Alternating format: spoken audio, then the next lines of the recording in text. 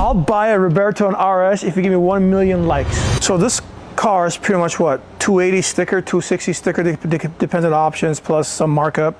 About 300 grand, 310, 320. I think this thing still punches above its weight. I don't think any car out there right now could beat this car on quarter mile or even on the track in a road course.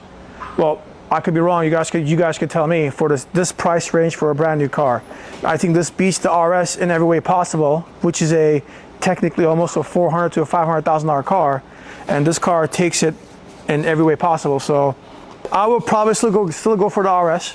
I don't know, the way the RS looks, I think the RS will hold the value more. But even though this car is a beast on everything, at the end of the day, there's going to be a lot more of these than there will be on the RSs. But even though we see a freaking RS now everywhere, it's like they're so common. So I don't know, man. Great question. What do you guys think? RS or a ZR1? Maybe even a ZR1X? What would you guys do? You would still go to the RS? Why? The performance. But this is better performance. This is better. I'm sorry, but you know, as much as I like, you know, I'm a Chevy guy, I still go with the RS. The handling. How many likes do you get Roberto and RS?